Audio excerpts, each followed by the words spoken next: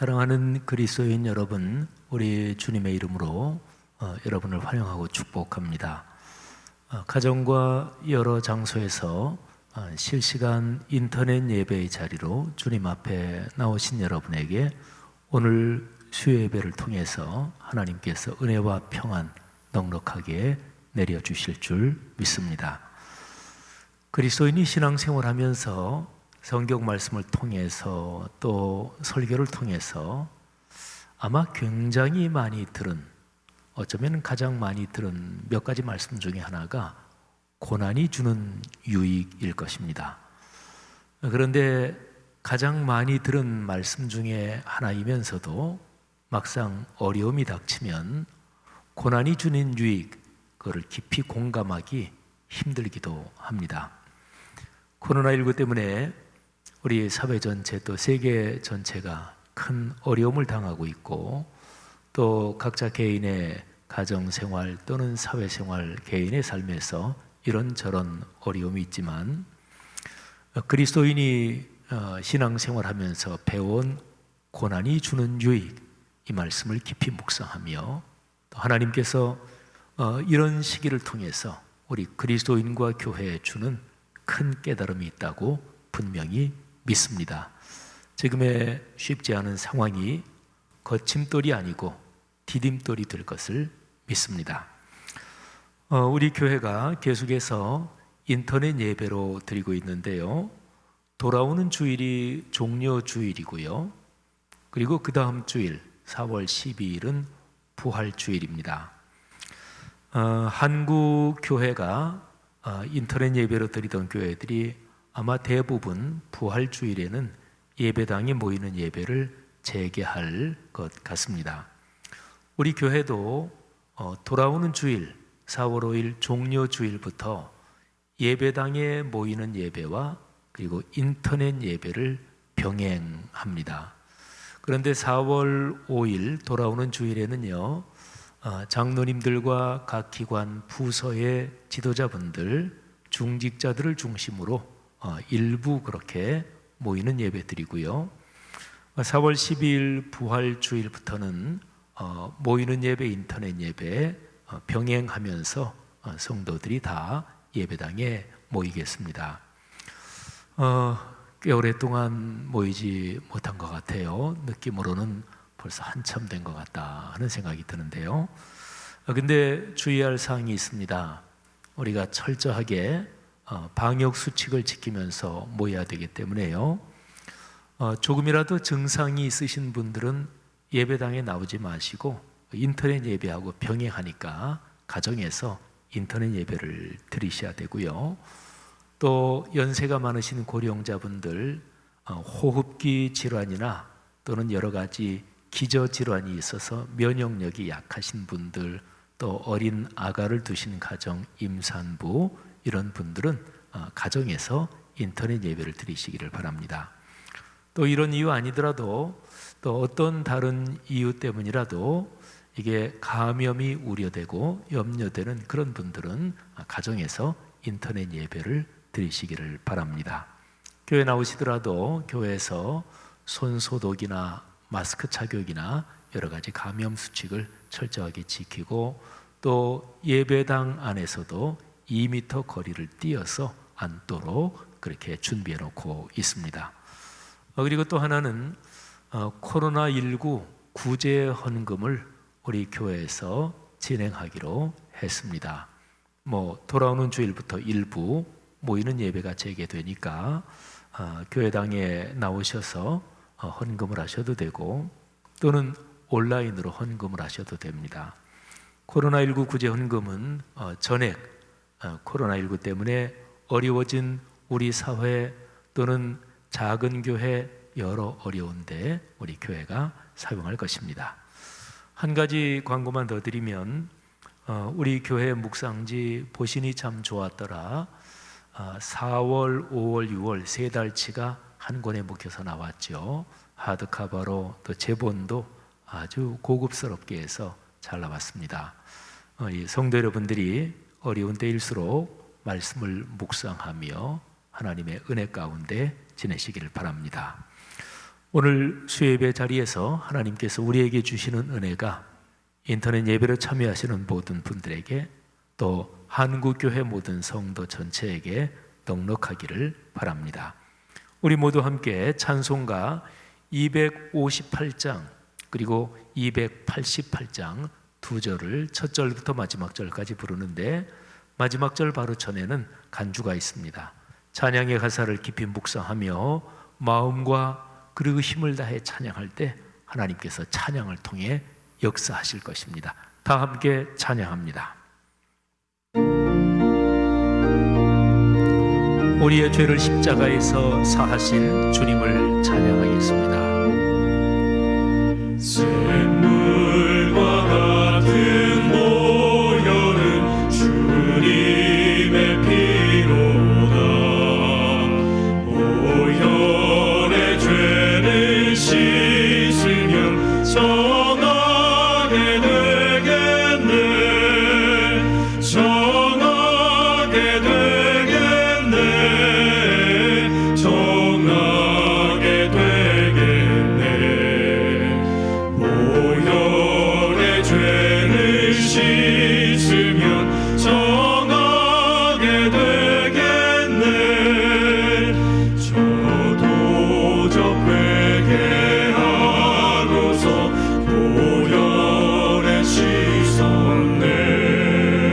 저도적 같은 이 몸도 죄 씻기 원하네. 죄 씻기 원하네. 죄 씻기 원하네. 저도적 같은 이 몸도 죄 씻기 원하네. 죄속함 받은 백성은 영생을 얻겠네. 샘솟듯 하는 피관세 한없이 크도다. 한없이 크도다. 한없이 크도다.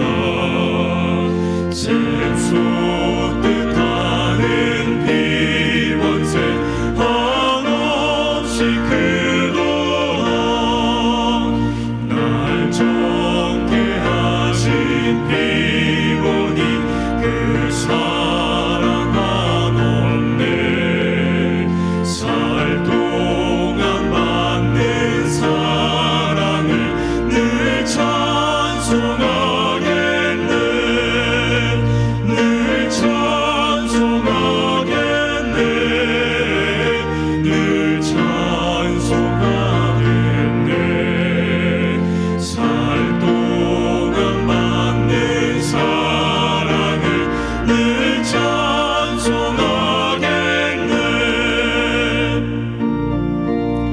찬송하겠네. 우리의 찬양은 영원한 천국까지 이어집니다. 그 천국에서 이어질 찬양 다 함께 노래합니다. 이후에 천국 올라가 더 좋은 노래로 날 구속하신 은혜를 늘 찬송하겠네. 늘 찬송하겠네. 늘 찬송하겠네. 날 구속하신 은혜를 늘 찬송하겠네.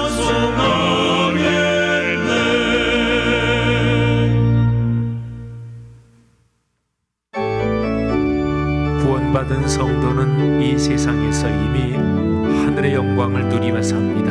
주님을 찬양합니다. 예수를 나의 구주 삼고 성령과 피로써 거듭나니 이 세상에서 내 영혼이 하늘의 영광 누리도다. 이것이 나의 간증이요. 이것이 나의 찬송이세. 나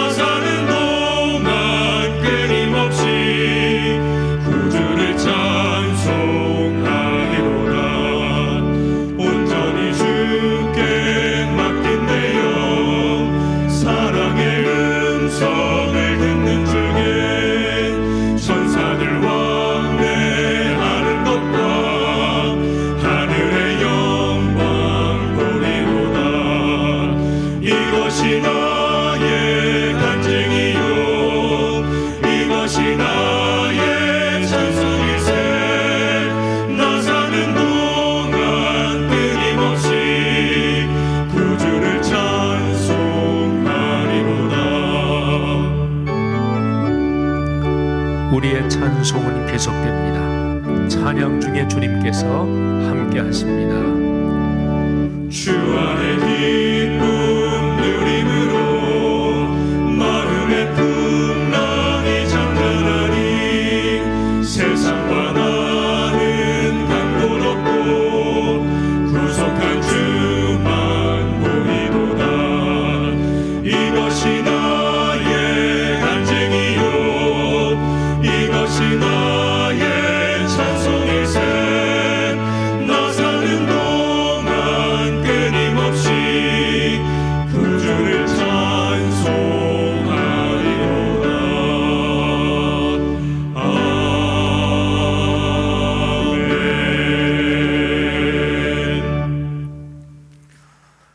우리 마음을 모아서 주님 앞에 공동의 기도 올리겠습니다. 우리 화면에 나오는 공동 기도문 모두 함께 읽으며 기도 올리겠습니다. 모든 만물을 주관하시는 삼위일체 하나님, 죽을 수밖에 없는 우리를 구원해 주시고 변함없이 선한 길로 인도하여 주시니 감사와 찬양을 올려드립니다. 이 시간 주님의 자녀들이 주님의 임재와 현존의 자리에 나와 경배를 드리오니 홀로 높임을 받으시옵소서. 실시간 인터넷 예배를 드리는 모든 공간에 성령님 임재하시고 마음과 뜻과 정성을 담은 우리의 고백을 기쁘게 받아 주옵소서. 세상의 쾌락과 탐욕을 추구하던 우리 마음을 이 시간 주님께로 돌이킵니다. 우리의 모든 죄악을 주님께 자백하오니 용서하여 주옵소서. 하나님 보시기에 좋은 것들을 추구하지 않고 내 눈에 보기에 좋은 것들을 추구하며 살았습니다. 어두운 우리 마음과 영혼에 진리의 빛을 비추사 삶의 방식과 방향을 전환하게 하옵소서. 사랑과 긍휼이 풍성하신 하나님, 코로나19로 힘겨워하는 한국교회, 우리 사회, 오늘날의 세계를 불쌍히 여겨 주옵소서. 먼저 그리스도의 몸인 교회 공동체와 그리스도인이 주님의 뜻을 깨닫고 회개하게 하옵소서. 믿음의 기도는 병든 자를 구원하리니 주께서 그를 일으키시리라는 약속의 말씀을 붙잡고 기도하오니 확진자들과 격리자들 그리고 특별히 감염으로 목숨을 잃은 분들의 가족들에게 지금 이 시간 찾아가 주셔서 주님의 손으로 어루만져 주옵소서.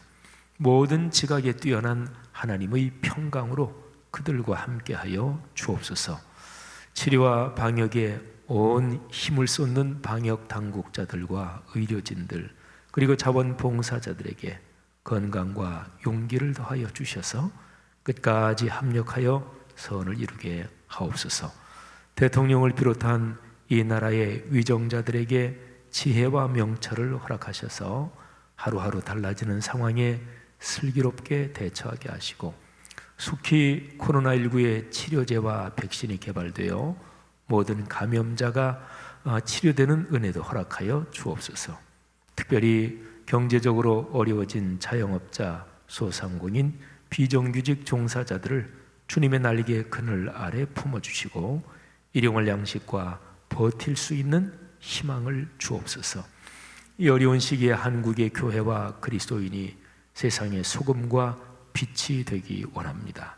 이웃의 탄식 소리에 귀를 기울이게 하시고 예수 그리스도의 십자가 사랑으로 이웃과 연대하게 하옵소서. 이 고난이 한국 교회와 우리나라가 성숙하는 디딤돌이 될 것을 믿습니다. 이 시간 하나님의 말씀 앞으로 겸손히 나아갑니다.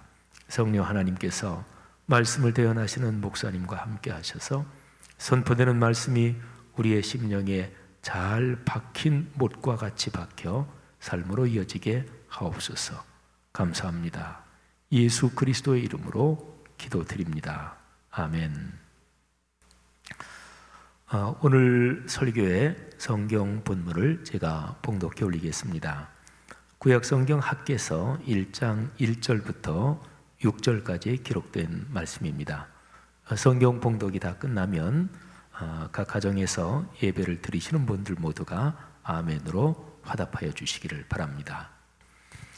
거룩하신 하나님의 말씀입니다. 다리오 왕 제2년 6째 달 곧 그 달 초하루에 여호와의 말씀이 선지자 학개로 말미암아 스알디엘의 아들 유다 총독 스룹바벨과 여호사닥의 아들 대제사장 여호수아에게 임하니라. 이르시되 만군의 여호와가 이같이 말하여 이르노라. 이 백성이 말하기를 여호와의 전을 건축할 시기가 이르지 아니하였다 하느니라.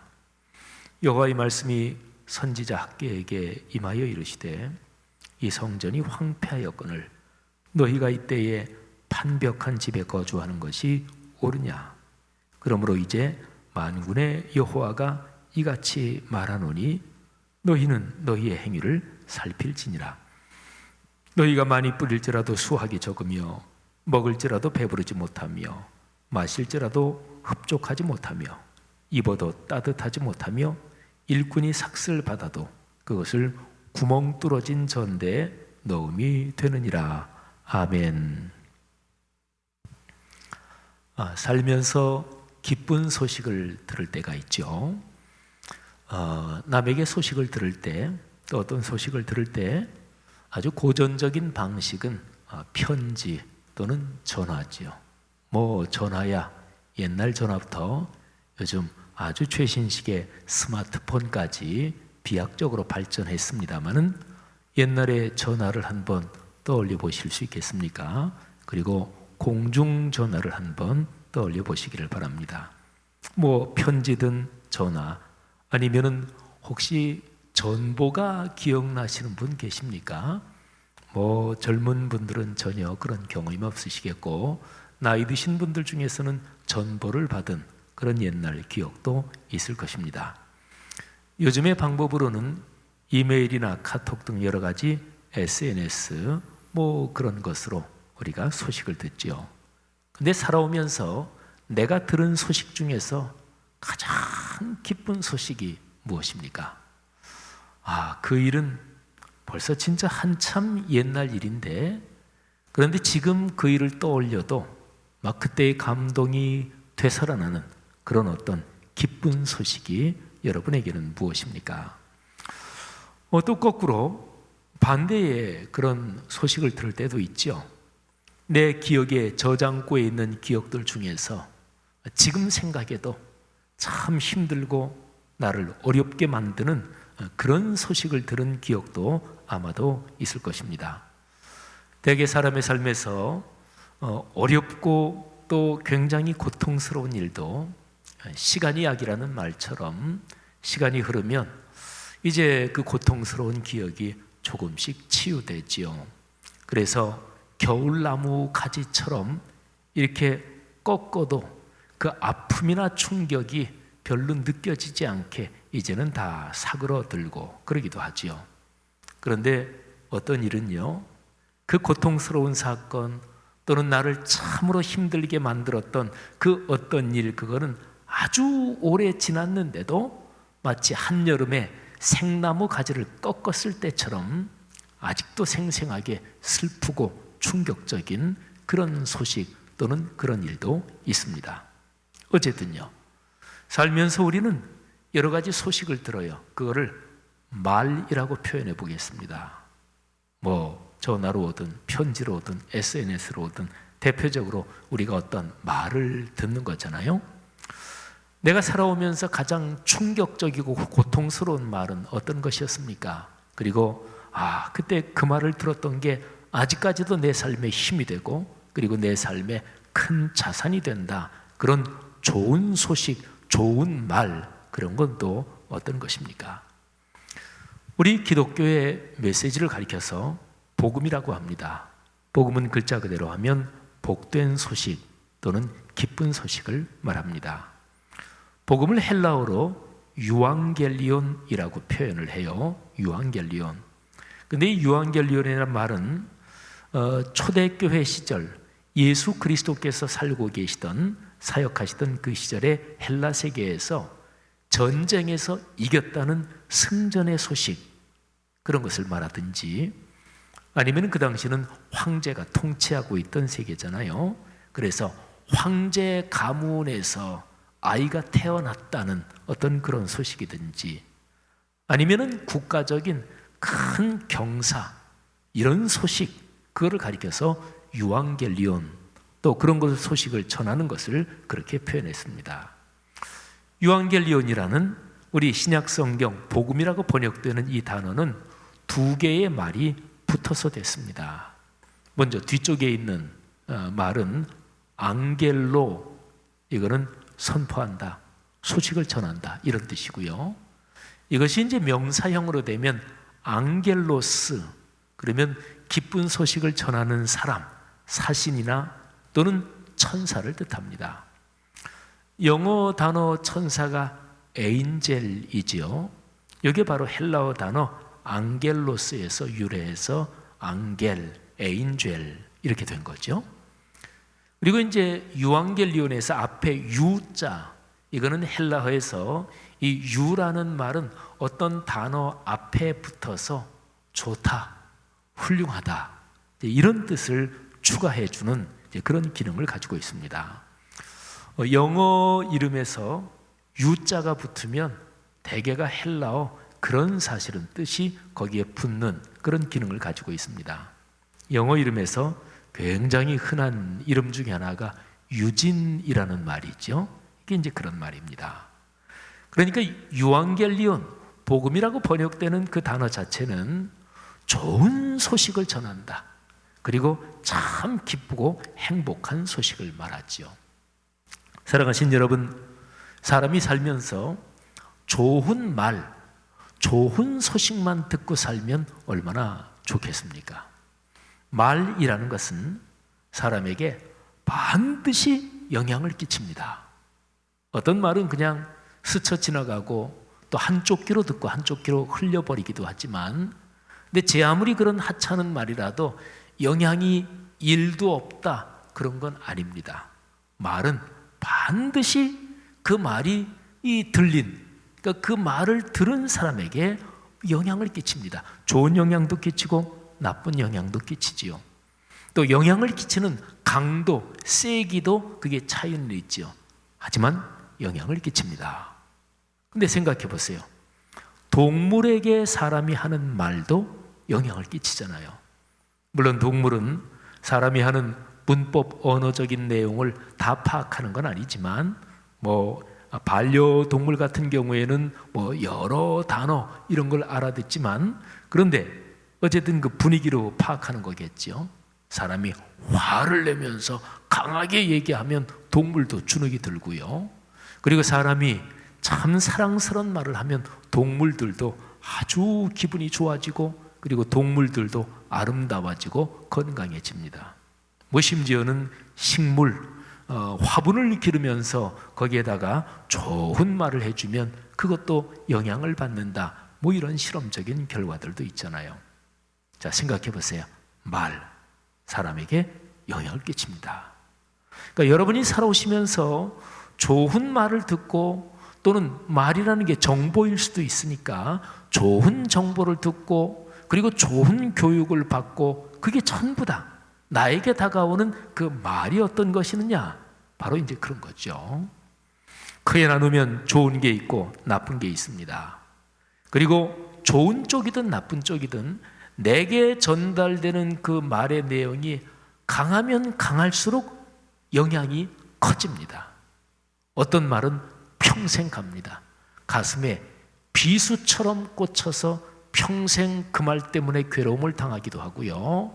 그리고 내 마음에 다가온 큰 선물처럼 그 말만 생각하면 평생 행복한 그런 말도 있습니다. 좋은 쪽이든 나쁜 쪽이든 양자가 다 연관이 되죠. 기쁨이 되기도 하고 슬픔이 되기도 합니다. 감격일 수 있고 고통일 수도 있습니다. 또는 내 삶의 평생의 기쁨과 감사의 동력이 될 수도 있고, 또는 트라우마가 될 수도 있습니다. 자, 여러분 단어 공부를 조금 더 한번 같이 해보겠습니다. 말이라는 단어하고 말씀이라는 단어하고 근본적으로 이제 같은 거잖아요. 근데 우리 한글 단어 말씀, 이걸 국어 사전을 찾아보면 세 가지 뜻이 나옵니다. 자, 첫 번째는요, 남의 말을 높여서 이르는 것. 그러니까 다른 사람이 말하는 거를 어른이 말하면 아유 말씀 잘 들었습니다 그러잖아요. 그러니까 다른 사람의 말을 높여서 부르는 게 바로 말씀 이렇게 돼요. 근데 이 말씀이란 단어에는 참 이게 묘한 단어예요. 내가 하는 말을 낮추어서 겸양해서 그래서 표현하는 것을 또 말씀이라고도 그래요. 예를 들어서 내가 어떤 어른 높은 사람에게 아유 저 한 말씀 좀 드려도 되겠습니까? 이렇게 표현하잖아요. 그러니까 내가 좀 말을 하겠다는 거잖아요. 근데 내가 하는 말을 겸허하게 아래로 낮출 때 그때도 또 말씀이라는 표현을 써요. 단어를 씁니다. 좀 한 말씀 드리겠습니다. 이런 거죠. 참 묘하죠, 그죠? 그러니까 말씀이란 단어는 다른 사람의 말과 연관되면 그분의 말을 높이는 거고요. 내가 하는 말과 연관되면 내가 하는 말을 겸허하게 낮추는 것입니다. 자, 이 두 가지. 그리고 이제 국어 사전에 세 번째 뜻이 다음과 같습니다. 기독교에서 쓰는 용어, 하나님이 자신의 계획과 목적을 인간에게 알리고 그것을 성취시키는데 쓴 수단. 뭐 이제 아주 정확하게 국어 사전이니까 그렇게 표현됐지만 뭐 우리 그리스도인은 알지요. 하나님이 사람에게 당신의 뜻을 알리시고 그리고 당신의 뜻을 이루는 그 도구가 바로 말씀이에요. 하나님의 말씀이지요. 66권 성격이지요. 여러분 이렇게 보면 말이라는 것, 내가 살면서 듣는 소식, 이게 이제 말인데 대표적으로. 근데 이거를 말씀이라고 한번 표현해 보면 어떤 경우든요, 말씀이란 단어를 쓰면 예사롭지 않게 되는 거예요.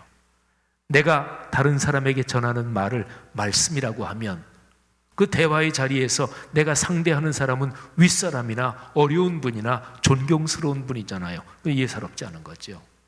내가 누구의 말을 듣는데 그 듣는 말을 말씀 이렇게 표현한다면 중요한 얘기고 또 경청해야 되고 예의를 갖춰야 되는 그런 말이 되는 거죠. 그리고 아까 제가 말씀드린 대로 세 번째 표현, 그러니까 하나님이 우리에게 주시는 말씀, 뭐 이렇게 얘기하면 더 말할 것도 없죠. 예사롭지 않은 거죠. 여러분 이렇게 본다면 인간의 삶은 어떤 말씀이 내게 다가오느냐, 그리고 내가 참 존경스럽고 참 귀한 분한테 어떤 말씀을 드리느냐, 그리고 궁극적으로는 창조와 구원의 하나님, 그분이 나에게 주시는 그 말씀이 어떻게 내 삶에 다가오고 어떻게 내 삶에서 이루어지느냐, 인간의 삶은 거기에 따라서 결판이 납니다. 어떤 사람의 삶이 행복하고 아름답습니까? 그 사람의 삶에는 아름다운 말씀이 작동하는 것이 분명하지요. 어떤 사람의 삶이 고난과 고통 속에 또는 너무 미련해서 자기의 삶에서 자꾸만 똑같은 실수를 반복한다. 그 사람은 제대로 된 말씀을 듣지 못해서 그런 것이지요.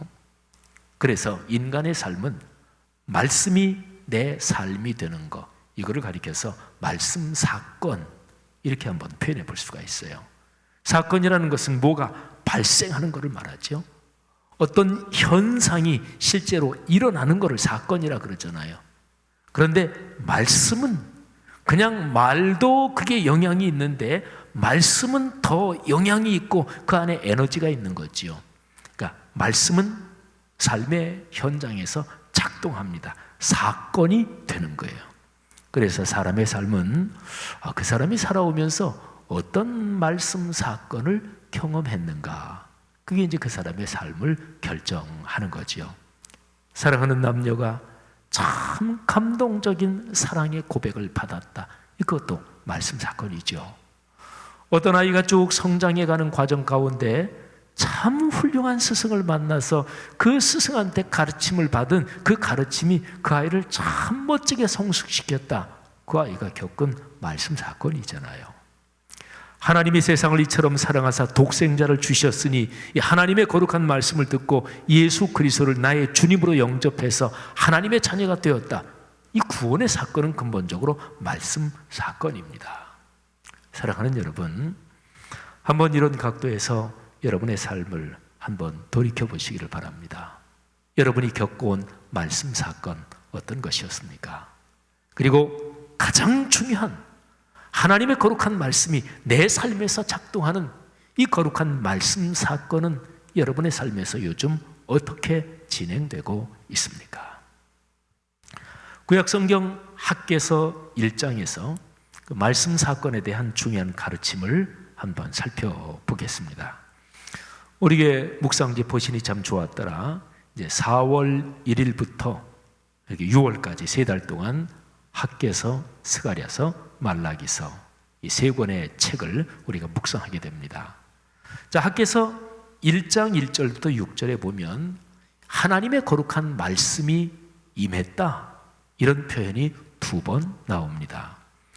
다리오왕 제2년 6째 달, 이거를 오늘날 달력으로 계산하면 주전 520년 8월 정도가 됩니다.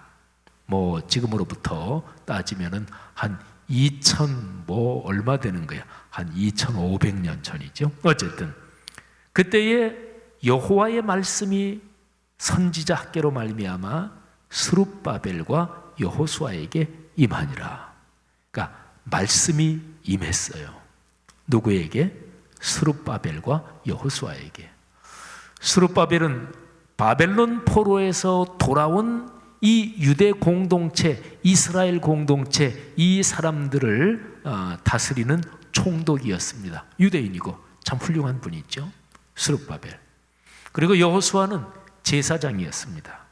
그러니까 바벨론 포로지에서 돌아와서 다시금 예루살렘에서 삶의 길을 걸어가며 하나님을 믿는 이 이스라엘 신앙 공동체의 스룹바벨은 사회적인 지도자요, 그리고 여호수아는 신앙적인 지도자지요.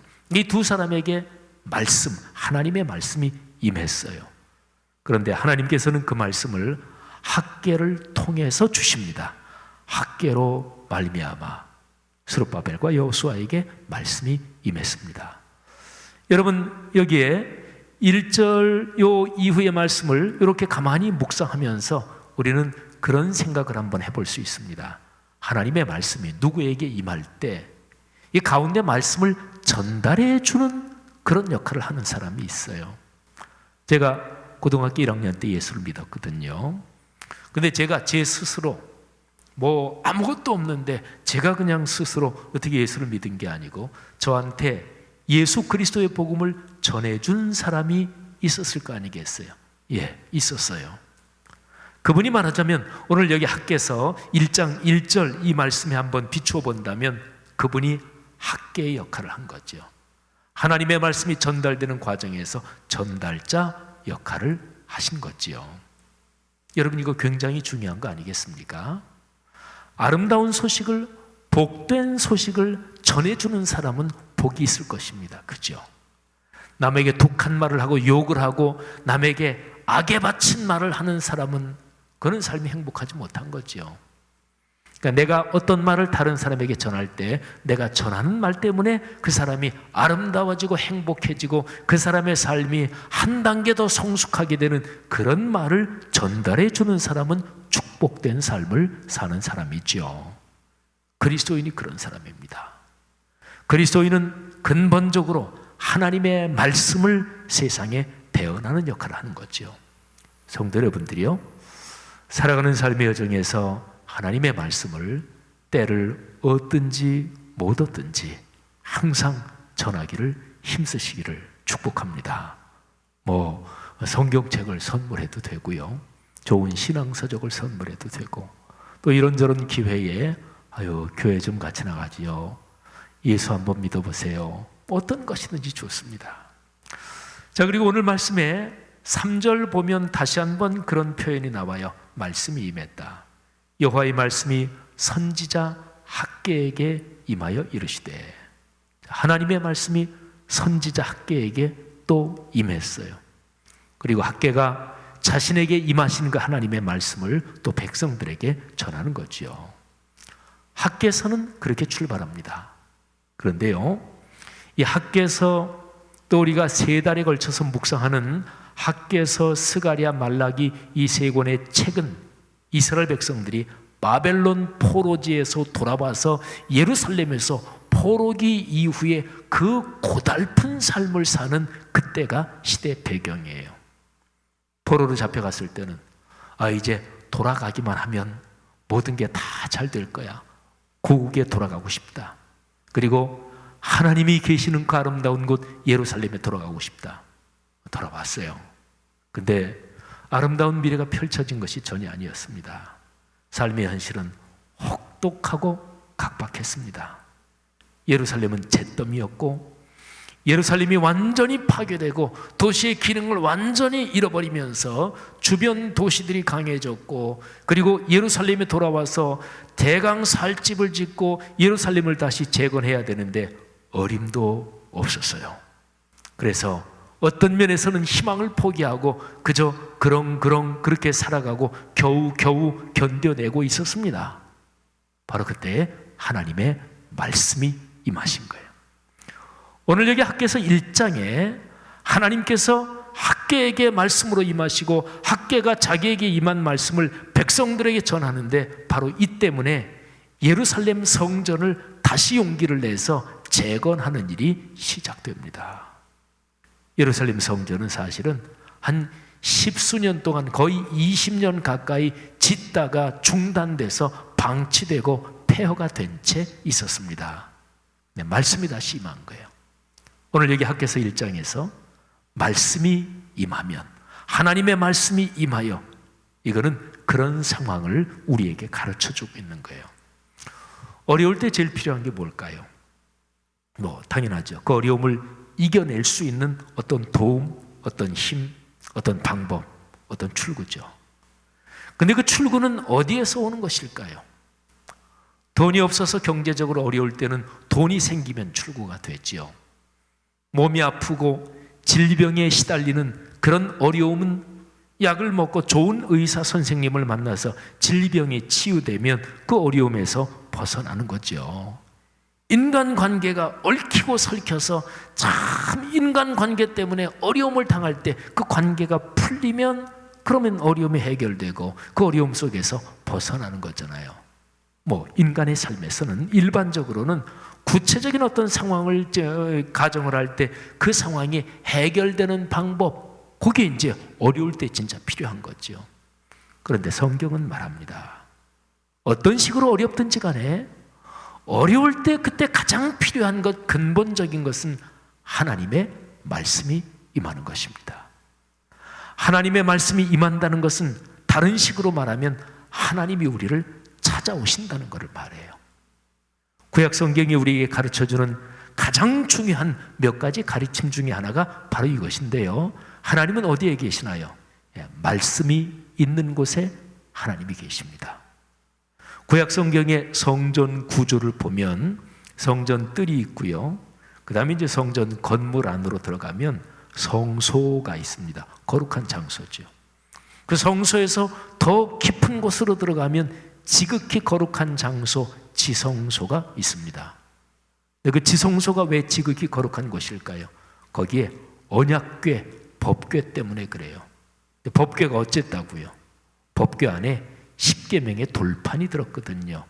10계명을 기록해 놓은 것인데 구약 성경 전체를 대표하는 거죠. 그러니까 언약궤, 법궤는 그 안에 말씀이 들어있는 거예요. 그러니까 구약 성경의 성전 구조가 우리에게 가르쳐주는 그 메시지를 아주 간단하게 요약하면 그런 거예요. 말씀이 있는 곳에 하나님이 있다.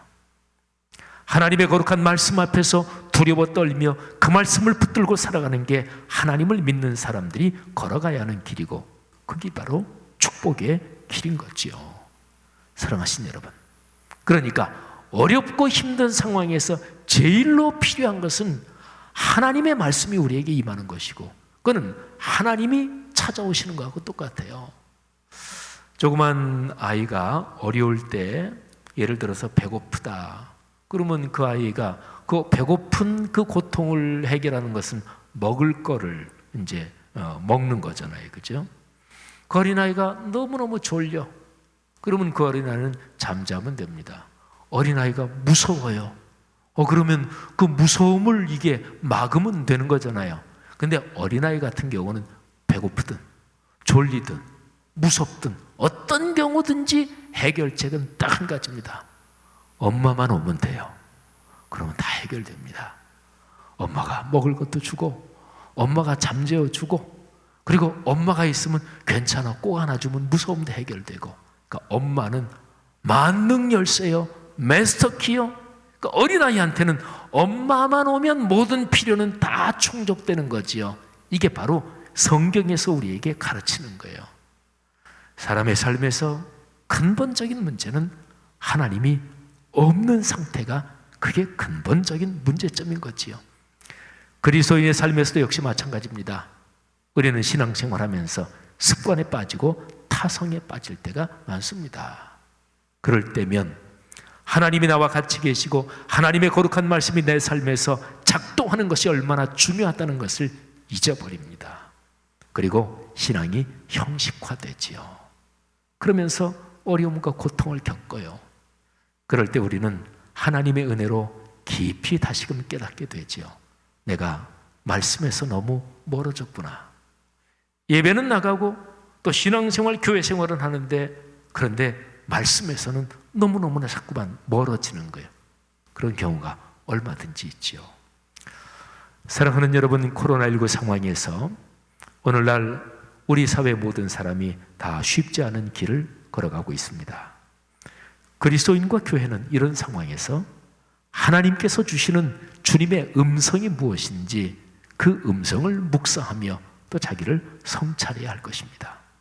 분명한 것 하나는 이 코로나19와 연관된 어려운 상황 속에서 하나님이 그리스도인과 교회 오늘의 세계에 주시는 음성이 있다는 것입니다.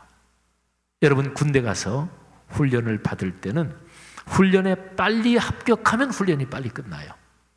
하나님께서 오늘날 인류에게 또 한국 교회와 한국 사회에 주시는 말하자면 하나의 훈련 같은 이 코로나19 상황에서 중요한 것은 하나님의 음성이 무엇인지 하나님의 말씀이 무엇인지 그 말씀에 귀를 기울이고 그리고 그 말씀을 깨닫는 것입니다. 그렇게 해서 그 하나님의 말씀이 임하면 하나님께서는 그래 그만하면 됐다 그렇게 말씀하실 것입니다. 사랑하신 여러분, 코로나19로 쉽지 않은 이 상황에서 하나님의 말씀을 더 사모하는 그리스도인이 되기를 주의 이름으로 권면합니다. 또 우리 교회 묵상지가 4월호부터 학계 스가랴 말라기 묵상하는데 하나님께서 이 세 권의 책을 3달 동안 묵상하면서 큰 은혜를 주실 거예요. 저는 이 학계 스가랴 말라기 이 3권의 책을 내야 되니까 저는 사실은 한 2달 전부터 이렇게 묵상하면서 그런 생각을 많이 했어요. 오늘날 한국 교회 이 땅에 그리스도인이 살아가는 삶의 상황이 바벨론 포로기에서 겨우 돌아오긴 돌아왔는데 그런데 여러 가지로 고통과 어려움 속에서 희망을 잃은 그런 바벨론 포로기 이후에 이스라엘 사람들 모습과 비슷한 건 아닌가 그런 생각을 했습니다. 사랑하는 그리스도인 또 말씀삼 공동체 성락 성결교회 성도 여러분들이요, 매일 말씀을 묵상하고 또 주님 손 꼭 붙잡고 기도하면서 걸으시기를 주의 이름으로 축복합니다. 사람이 어떤 간절한 소원을 가지면 꿈에도 나타나죠, 그죠? 그렇습니다. 꿈에서도 말씀을 들을 때가 있습니다. 저는 주일 되기 전에 토요일 날 저녁에 아무래도 목사니까 내일 주일 설교 그걸 이렇게 생각하면서 잠들 때가 있는데 아주 가끔 꿈에서 그 다음날 설교할 그것 때문에 꿈을 꾸는 경우도 있습니다. 하나님은 꿈을 통해서 말씀하시기도 합니다. 일반적으로 사람들이 신이 내리는 어떤 명령을 신탁이라 그러잖아요. 근데 기독교적인 용어로 그거를 계시라고 그래요. 간절한 마음으로 하나님을 사모하는 마음으로 현재 어려움에서 주님이여 말씀하시옵소서, 말씀이 제게 임하시옵소서, 제가 주님의 말씀을 듣겠습니다. 이렇게 간절한 마음을 가지고 있는 성도들에게마다 하나님의 계시의 말씀이 임하고 66권 성경 말씀이 열리는 은혜가 있을 줄 믿습니다. 찬송가 490장은 바로 그런 가사를 담은 찬송인데요, 오늘 들은 설교 말씀 가슴에 끌어안고 우리 찬송 490장 하나님 앞에 올려드리겠습니다.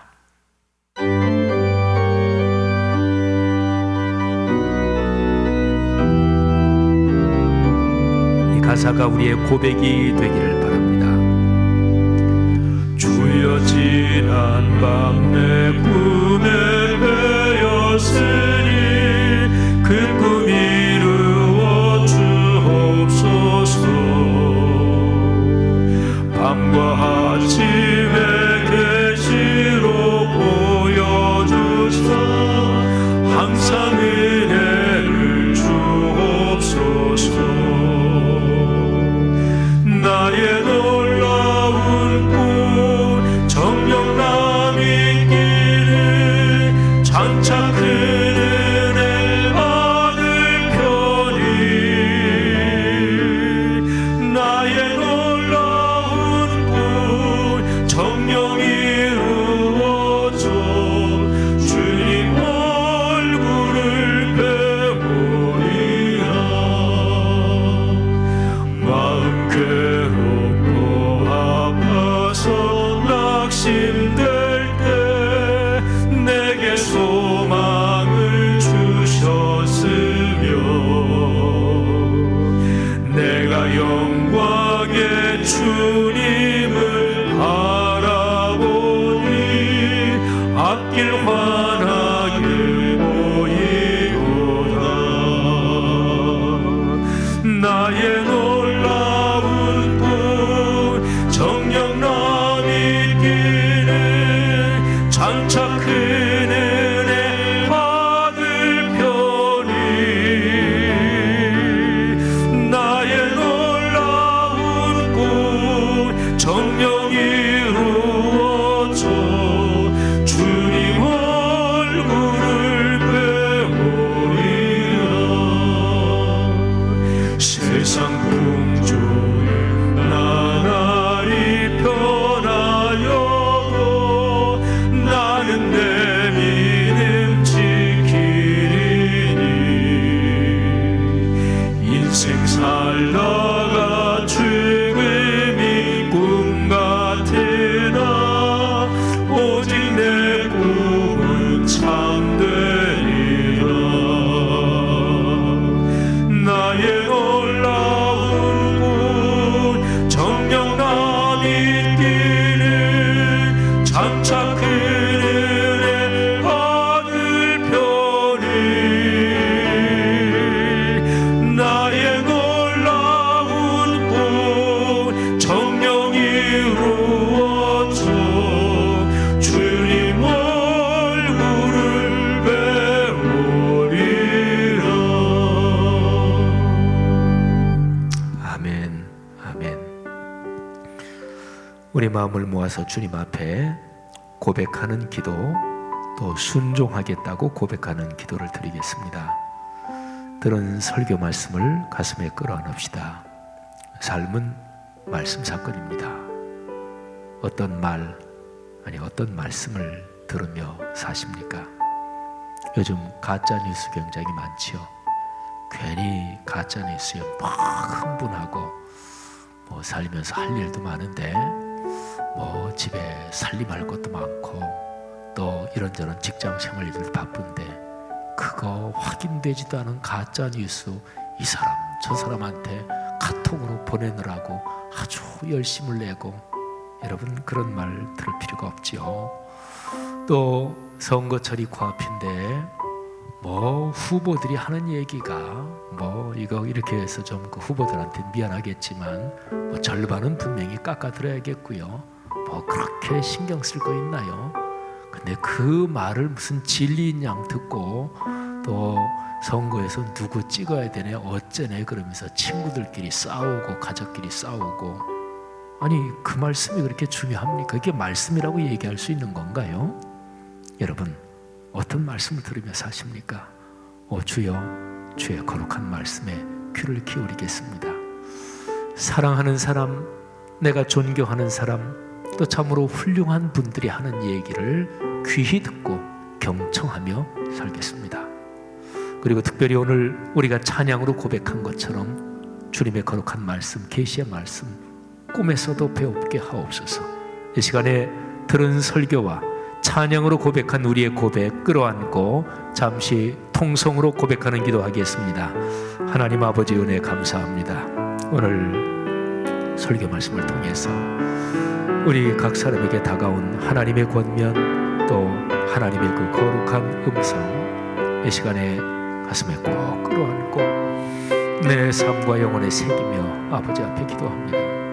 거룩하신 하나님 아버지, 이 시간에 기도하는 성도들 각자 주님께서 안아주시며 주님께서 그 마음에 용기를 주시며 하나님 고백하고 결단하는 대로 삶으로 이어지도록 하나님께서 능력을 부어 주시옵소서.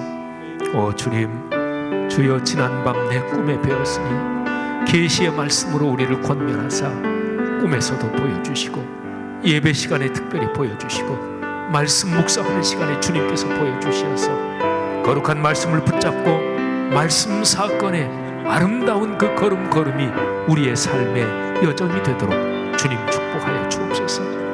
주님 감사합니다. 거짓된 것을 분별하는 마음을 주시고 지혜를 주시기를 간절히 원합니다. 사랑 많으신 하나님, 이 시간에 고백하고 기도하며 결단하며 기도하는 하나님의 자녀들 한 사람 한 사람 마음을 주님께서 축복해 주시고 강같은 은혜가 넘치게 하시며 주의 거룩한 용기가 넘치게 하시며 하나님의 성령으로 병도 치유해 주시고 마음에 강한 용기와 희망을 주시기를 간절히 기도합니다. 주여 믿습니다. 감사합니다.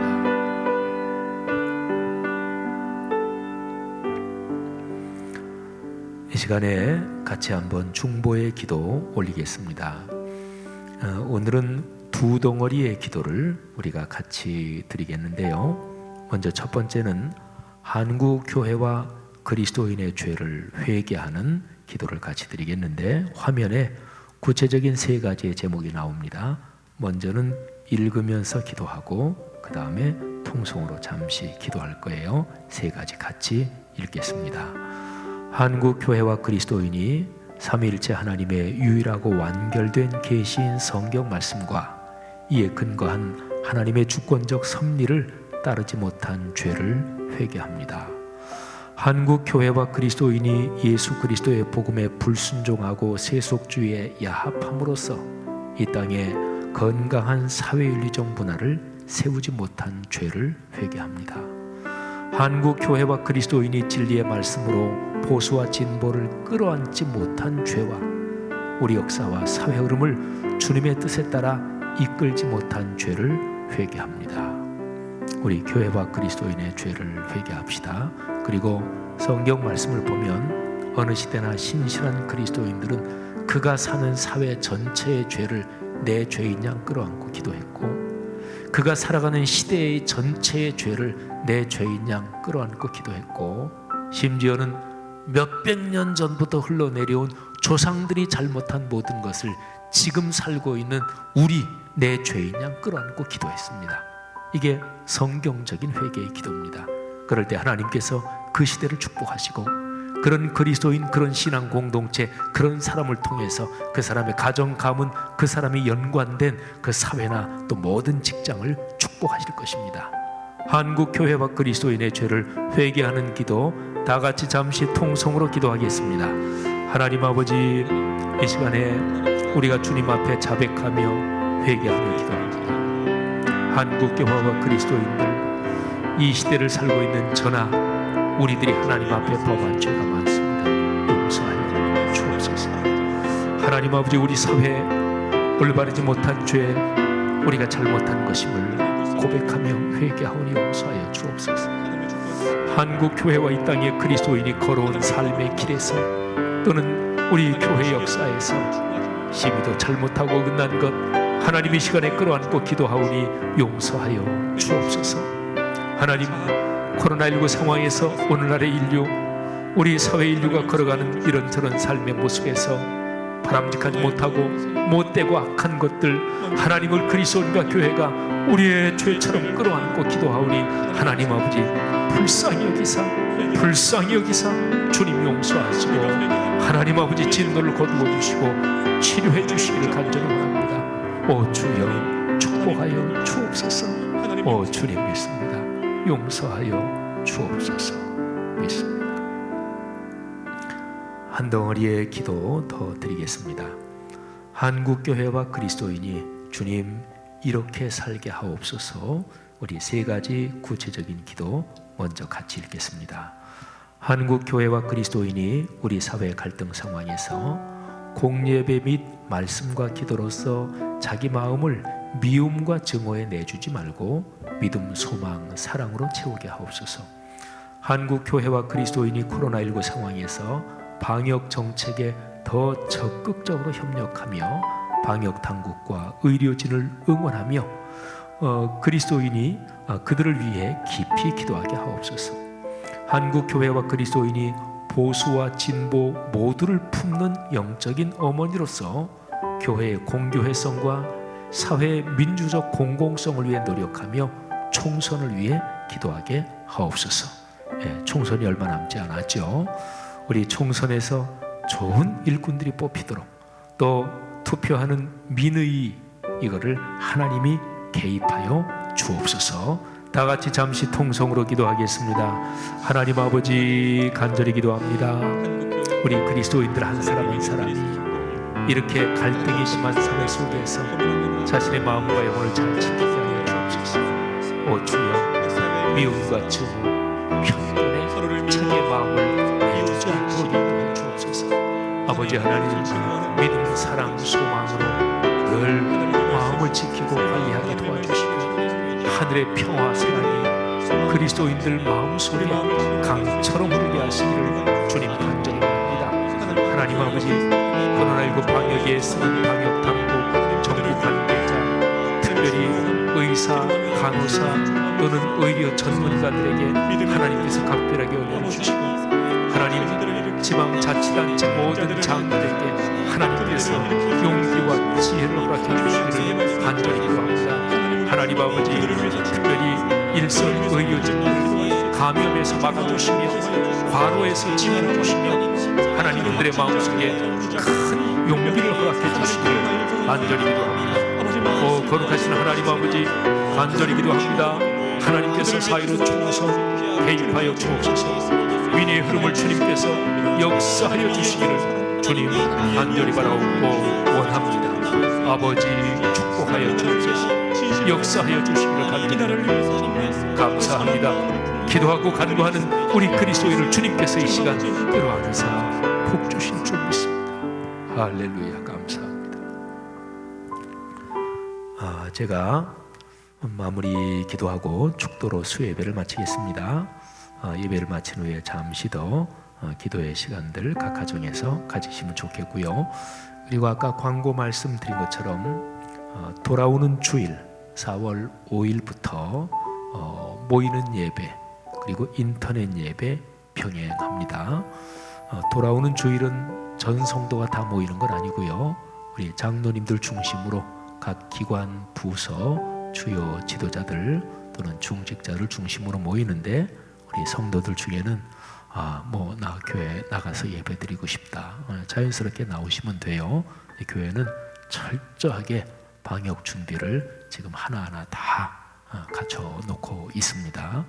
그리고 4월 12일 부활주일에는 전체 성도가 모이는데 이미 말씀드린 것처럼 인터넷 예배와 모이는 예배 동시에 병행합니다. 조금이라도 어떤 감염의 위험이 있거나 또는 마음의 부담이 있는 분들은 인터넷으로 가정에서 예배를 드리고 두 개를 다 병행하니까요. 제가 기도하겠습니다. 하나님 아버지 은혜 감사합니다. 쉽지 않은 시절을 걸어가고 있습니다만 그러나 하나님께서 오늘날의 교회와 그리스도인에게 또 오늘날의 이 인류에게 주시는 창조와 구원의 주님께서 주시는 메시지가 있는 줄 압니다. 하나님의 자녀인 우리가 먼저 그 하나님의 뜻을 묵상하며 그 음성을 듣게 하시고 우리부터 먼저 돌이키게 하시고 그 말씀에 순종, 순명하도록 도와 주옵소서. 하나님, 현재의 상황이 합력하여 선을 이룬다는 로마서 8장 28절 말씀이 이루어지는 줄 믿습니다. 하나님, 어떤 상황에서도 근원적인 긍정과 그리고 절대 희망의 하나님의 메시지를 부여잡고 걸어갈 수 있도록 복을 주옵소서. 하나님, 방역에 애쓰는 모든 분들 축복하시되 특별히 일선에서 전선에서 수고하시는 의료진들 감염에서 지켜주시며 과로하지 않게 하시며 또 마음의 지혜와 큰 용기를 허락해 주옵소서. 우리 한국 사회 전체에 이 시기가 나중에 우리 한국 사회 발전에 또 한국 교회가 성숙하는데 큰 디딤돌이 되었다고 고백하게 될 줄 믿습니다. 돌아오는 주일부터 인터넷 예배 그리고 모이는 예배가 병행됩니다. 종려주일 그리고 그 다음 주일 부활의 거룩한 주일에 우리 성도들에게 큰 은혜를 주시옵소서.